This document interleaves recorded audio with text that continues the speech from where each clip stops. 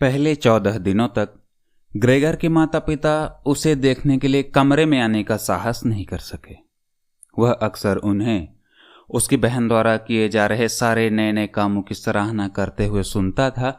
भले ही पहले वे उसे एक ऐसी लड़की के रूप में देखते थे जो काफी हद तक बेकार थी और अक्सर वे उससे नाराज रहते थे, लेकिन अब वो दोनों, पिता और माँ, अक्सर ग्रेगर के कमरे के बाहर दरवाजे पर इंतजार करते थे जब उसकी बहन वहां साफ सफाई करने जाती थी। फिर जैसे ही वह बाहर आती, उसे उन्हें सब कुछ बताना होता था कि अंदर सब कुछ कैसा दिखता है, ग्रेगर ने क्या खाया था, इस बार उसने कैसा व्यवहार किया और क्या शायद कोई मामूली सा भी सुधार देखा जा सकता था। उसकी माँ भी बेसब्री से ग्रेगर से मिलने जाना चाहती थी, लेकिन उनके पिता और बहन ने उन्हें इसके लिए मना कर दिया था। ग्रेगर ने यह सब बहुत ध्यान से सुना और पूरी तरह रजामंद हो गया। हालांकि बाद में उसकी मां को जबरदस्ती रोका तो उसने रो रो कर पुकारा, मुझे जाकर ग्रेगर को देखने दो, वह मेरा बेटा है। क्या आपको समझ नहीं आता कि मुझे उससे मिलना है? और ग्रेगर मन ही मन सोचता कि शायद यह बेहतर होता अगर उसकी मां आती, बेशक रोज नहीं बल्कि सप्ताह में एक दिन ही आ जाती। शायद वह हर बात को उसकी बहन से कहीं बेहतर समझ सकती थी, क्योंकि अपनी पूरी हिम्मत के बावजूद बहन आखिरकार अभी भी एक बच्ची ही थी। और सच तो यह है कि कोई वयस्क इंसान भी उस बोझिल काम को करके खुश नहीं होता जो वह कर रही थी। ग्रेगर की अपनी मां को देखने की इच्छा जल्द ही पूरी हो गई। अपने माता पिता का ख्याल रखते हुए ग्रेगर दिन के दौरान खिड़की पर बाहर से देखने से बचना चाहता था। कुछ वर्ग मीटर फर्श ही खाली होने के कारण उसे रेंगने के लिए ज्यादा जगह नहीं मिलती थी। रात भर चुपचाप लेटे रहना कठिन था। उसके भोजन ने भी उसे कोई भी खुशी देना बंद कर दिया और इसलिए अपना मनोरंजन करने के लिए उसे दीवारों और छत पर रेंगने की आदत पड़ गई थी। उसे छत से लटकने का विशेष शौक था, क्योंकि यह फर्श पर लेटने से काफी अलग था। इसमें वह ज्यादा आजादी से सांस ले सकता था। उसका शरीर हल्का सा झूलने लगता और वहां वह आराम से और लगभग खुश था। ऐसा हो सकता था कि वह छत से फर्श पर गिरकर खुद को हैरान परेशान कर दे, लेकिन अब निस्संदेह उसका अपने शरीर पर पहले की तुलना में कहीं बेहतर नियंत्रण था और इतनी ऊंचाई से गिरने के बावजूद उसने खुद को कोई नुकसान नहीं पहुंचने दिया। बहुत जल्द उसकी बहन ने ग्रेगर के मनोरंजन के नए तरीके पर ध्यान दिया, क्योंकि जब वह रेंगता था तो उसके पैरों के चिपकने वाले पदार्थ के निशान वहीं रह गए थे। इसलिए उसके मन में विचार आया कि फर्नीचर को हटाकर उसके लिए जितना संभव हो उतनी जगह बनाई जाए। जो सामान उसके रास्ते में आता था, खासकर कपड़ों की अलमारी और मेज। लेकिन यह कोई ऐसा काम नहीं था जो वह अकेले कर पाती। उसने अपने पिता से मदद मांगने की हिम्मत नहीं की। रसोइये के चले जाने के बाद 16 साल की नौकरानी हिम्मत से काम तो कर रही थी, लेकिन वह निश्चित रूप से इस काम में उसकी मदद नहीं करेगी, क्योंकि उसने तो यहां तक मांग की थी कि उसे रसोई को हर समय बंद रखने की इजाजत दी जाए और जब तक बहुत जरूरी न हो दरवाजा न खोला जाए। इसलिए उसकी बहन के पास इस काम के लिए सही समय चुनने के अलावा कोई विकल्प नहीं था। जब ग्रेगर के पिता वहां नहीं थे तो उसने अपनी मदद के लिए अपनी मां को बुला लिया। जैसे ही वह कमरे के पास पहुंची, ग्रेगर ने मां को अपनी खुशी व्यक्त करते हुए सुना, लेकिन दरवाजे पर पहुंचते ही वह चुप हो गई।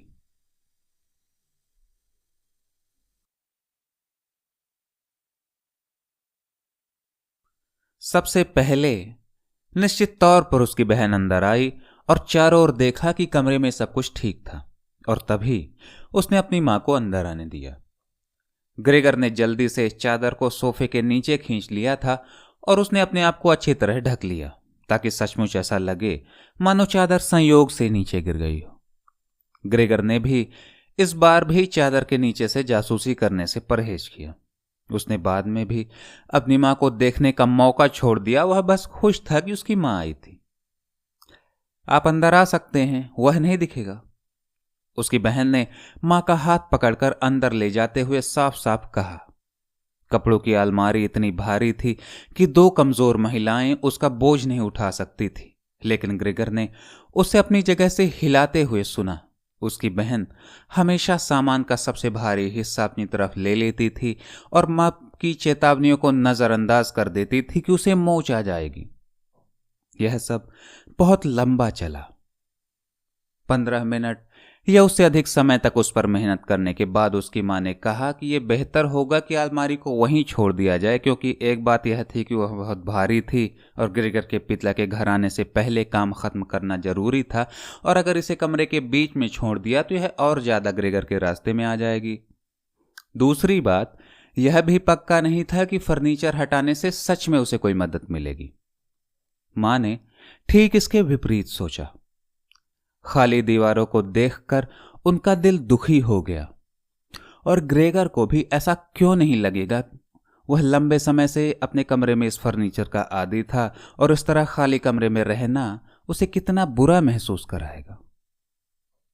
फिर चुपचाप, लगभग फुसफुसाते हुए, जैसे कि वह चाहती थी कि ग्रेगर, जिनका ठिकाना वह नहीं जानती थी, उसकी आवाज का स्वर भी न सुने, क्योंकि मां को यकीन था कि वह उसके शब्दों को नहीं समझता है, उन्होंने आगे कहा, और फर्नीचर हटाकर क्या ऐसा नहीं लगेगा कि हम यह दिखा रहे हैं कि हमने सुधार की सारी उम्मीदें छोड़ दी हैं और हम उसे खुद संघर्ष करने के लिए अकेला छोड़ रहे हैं? मुझे लगता है कि बेहतर होगा कि कमरे को ठीक उसी तरह छोड़ दिया जाए जैसा वह पहले था, ताकि जब ग्रेगर दोबारा हमारे पास वापस आए तो उसे कोई बदलाव न मिले, सब कुछ वैसा ही मिले, और तभी वह बीच के समय को भूल सकेगा। अपनी मां के ये शब्द सुनकर ग्रेगर को एहसास हुआ कि इन 2 महीनों के दौरान परिवार के नीरस जीवन के साथ साथ किसी भी इंसान के साथ प्रत्यक्ष बातचीत की कमी ने शायद उसे भ्रमित कर दिया होगा। वह खुद को समझाने का कोई दूसरा तरीका नहीं सोच सका कि क्यों वह गंभीरता से चाहता था कि उसका कमरा खाली हो जाए।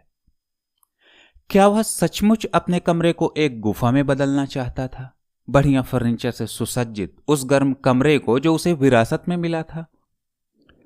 फर्नीचर हटाने से वह किसी भी दिशा में बिना किसी बाधा के रेंग सकता था।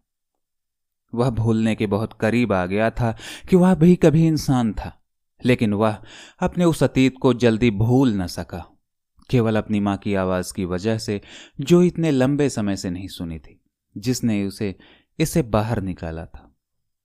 कुछ भी हटाया नहीं जाना चाहिए, सब कुछ वहीं रहना था। फर्नीचर का उसकी हालात पर अच्छा प्रभाव पड़े बिना वह कुछ नहीं कर सकता था, और अगर फर्नीचर के कारण उसके लिए बेरोक टोक रेंगना मुश्किल हो गया तो यह नुकसान नहीं बल्कि एक बड़ा फायदा था। दुर्भाग्य से उसकी बहन इस बात से सहमत नहीं थी। उसने इस सोच को अपने दिमाग में बैठा लिया था कि ग्रेगर ठीक नहीं होगा। ऐसा बिना कारण के नहीं था।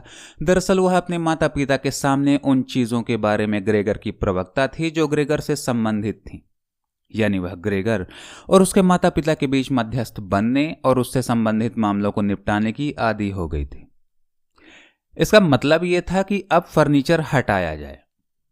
पहले उसने सिर्फ अलमारी और डेस्क हटाने के लिए सोचा था, बल्कि अब सोफे के अलावा सभी फर्नीचर को भी हटाने पर जोर दिया गया था।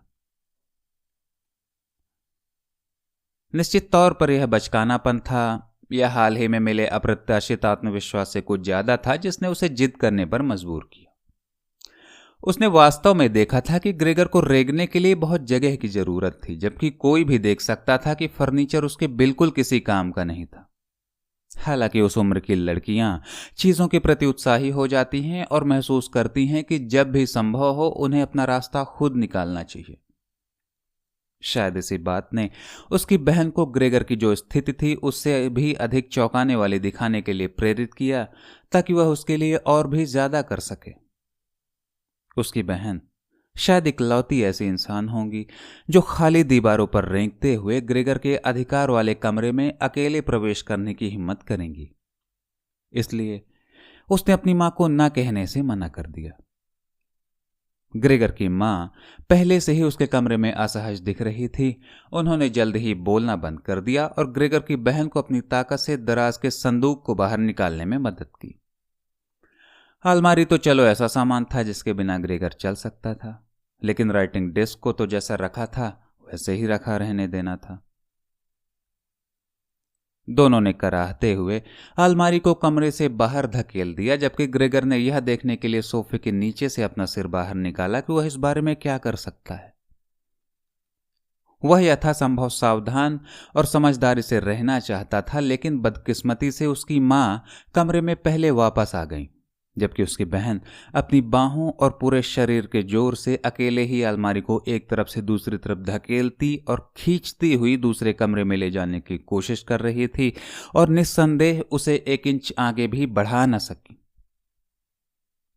उसकी मां को ग्रेगर को देखने की आदत नहीं थी, तो हो सकता है कि वह बीमार हो जाती। इसलिए ग्रेगर तेजी से पीछे की ओर सोफे के दूर वाले छोर पर चला गया। हालांकि घबराहट में वह सामने की बेडशीट को थोड़ा सा हिलने से नहीं रोक सका। यह उसकी मां का ध्यान खींचने के लिए काफी था। वह बिल्कुल शांत खड़ी रही, कुछ पल तक वहीं रुकी और फिर वापस अपनी बेटी के पास चली गई। ग्रेगर खुद को आश्वस्त करने की कोशिश करता रहा कि कुछ भी असामान्य नहीं हो रहा है। आखिरकार यह फर्नीचर लकड़ी के कुछ टुकड़े ही थे जिन्हें हटाया जा रहा था, लेकिन उसे जल्द ही मानना पड़ा कि इन दोनों का आना जाना, एक दूसरे के साथ धीमी आवाज में बातचीत, फर्श पर फर्नीचर के खुरचन, इन सब बातों से उसे ऐसा महसूस हुआ था जैसे उस पर हर तरफ से हमला किया जा रहा हो। वह डर के मारे अपने सिर, पैरों और शरीर को मोड़कर छाती के सामने ले आया।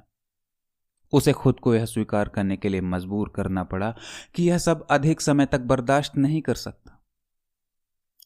वे उसका कमरा खाली कर रहे थे, वह सब कुछ छीन लेना चाहते थे जो उसे बहुत प्यारा था। उन्होंने पहले ही उसकी अलमारी निकाल दी थी जिसमें लकड़ी के फ्रेम बनाने की आरी और दूसरे इंस्ट्रूमेंट थे। अब उन्होंने उस राइटिंग डेस्क को हटाने की धमकी दी जो इस फर्श पर पता नहीं कब से था, वह डेस्क जिस पर उसने अपने स्कूल से लेकर हाई स्कूल में एक बिजनेस ट्रेनी के रूप में अपना होमवर्क किया था। वह यह देखने के लिए और इंतजार नहीं कर सकता था कि इन दोनों माँ बेटी के इरादे वास्तव में अच्छे थे या नहीं। वह लगभग भूल गया था कि वे अभी भी वहीं थीं, क्योंकि काम करते हुए वे बहुत थक गई थी और अब बातचीत करने की हालत में नहीं थी। इसलिए वह सिर्फ उनके पैरों की आवाज सुन सकता था और जब वे फर्श पर जोर से कदम रख रही थी। इसलिए जब वे दोनों दूसरे कमरे में डिस्क रखकर थकान के मारे तेज तेज सांसें ले रही थी तो ग्रेगर बाहर निकला। 4 बार दिशा बदली कि न जाने उसे पहले कौन सा फर्नीचर बचाना चाहिए। इससे पहले उसका ध्यान अचानक दीवार पर लगी तस्वीर पर गया, जो पहले ही खराब हो चुकी थी। बहुत सारे फर पहने हुए उस महिला की तस्वीर। वह जल्दी से तस्वीर के पास गया और उस तस्वीर को बाहों में भर लिया। अब निश्चित रूप से इसे उससे कोई नहीं छीन पाएगा। उसने अपना सिर लिविंग रूम के दरवाजे की ओर कर लिया ताकि जब वे दोनों वापस आएं तो वह उन्हें देख सके। उन्होंने लंबे समय तक आराम नहीं किया और जल्द ही वापस आ गईं। उसकी बहन ग्रेटे ने अपनी बाहें मां के चारों ओर गले में डाल रखी थी। अब हम क्या ले जाएंगे? ग्रेटे ने कहा और चारों ओर देखा। उसकी आंखें दीवार से लगे ग्रेगर से मिली। उसकी मां वहीं थी, इसलिए सिर्फ शायद ग्रेटे शांत रहे।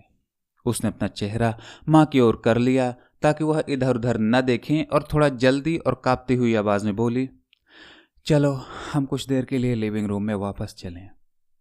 जबकि ग्रेगर समझ सकता था कि ग्रेटे के मन में क्या है। वह अपनी मां को कहीं सुरक्षित स्थान पर ले जाना चाहती थी और फिर उसे दीवार से नीचे उतरना चाहती थी। खैर, वह तस्वीर नहीं छीनने देगा। अपनी इस बात पर वह अड़ा रहा, भले ही इसके लिए ग्रेटे के चेहरे पे कूदना पड़े। लेकिन ग्रेटे के शब्दों ने उसकी मां को काफी चिंतित कर दिया था, क्योंकि उसकी मां ने वॉलपेपर के फूलों पर विशाल भूरे रंग का धब्बा देखा और उसे देखकर ग्रेगर को देखने का एहसास होने से पहले ही वह हे भगवान, हे भगवान चिल्ला उठी और बाहें फैलाकर सोफे पर गिर गई, जैसे उसने सब कुछ छोड़ दिया हो और वहीं पड़ी रह गई। ग्रेगर! उसकी बहन उसकी ओर घूरते और चिल्लाते हुए, इस परिवर्तन के बाद वह पहला शब्द था जो उसकी बहन ने उससे सीधे बोला था। वह अपनी मां को होश में लाने के लिए, किसी तरह की गंध लाने के लिए दूसरे कमरे में भागी। ग्रेगर भी मदद करना चाहता था। वह बाद में अपनी तस्वीर बचा सकता था, हालांकि वह कांच से तेजी से चिपक गया था और उसे खुद को जबरदस्ती खींचना पड़ा। फिर भी वह दूसरे कमरे में भाग गया, जैसे कि वह पुराने दिनों की तरह अपनी बहन को सलाह देने के लिए भागता था, लेकिन आज उसे बिना कुछ किए बस उसके पीछे खड़ा रहना पड़ रहा था। वह अलग अलग बोतलों में देख रही थी और जब वह पीछे मुड़ी तो ग्रेगर को देखकर बुरी तरह चौंक गई कि इस चक्कर में एक बोतल उसके हाथ से जमीन पर छूटकर गिर गई। उसकी एक छींट ग्रेगर के चेहरे पर घाव बना गई, क्योंकि उसमें किसी प्रकार की कास्टिक दवा थी। अब और देर किए बिना जितनी भी बोतलें वह ले जा सकती थी ग्रेटे ने उठा ली और उन्हें अपनी मां के पास भागी। उसने अपने पैर से दरवाजा बंद कर दिया, इसलिए अब ग्रेगर अपनी मां से अलग हो गया था, जो उसके कारण मौत के नजदीक पहुंच सकती थी। वह अपनी बहन का पीछा करके उसको भगाना नहीं चाहता था, क्योंकि बहन बाहर चली जाती तो वह दरवाजा नहीं खोल सकता था और उसे अपनी मां के साथ रहना पड़ता, जबकि मां को बहन की जरूरत थी। उसके पास इंतजार के अलावा करने को और कुछ नहीं था। वह चिंता और आत्मग्लानि से परेशान होकर इधर उधर दीवारों, फर्नीचर, छत, हर चीज पर रेंगने लगा और आखिरकार वह ऐसी भ्रम की स्थिति में फंस गया जैसे पूरा कमरा उसके चारों ओर घूमने लगा हो और देखते देखते वह खाने की मेज पर बीचों बीच गिर गया।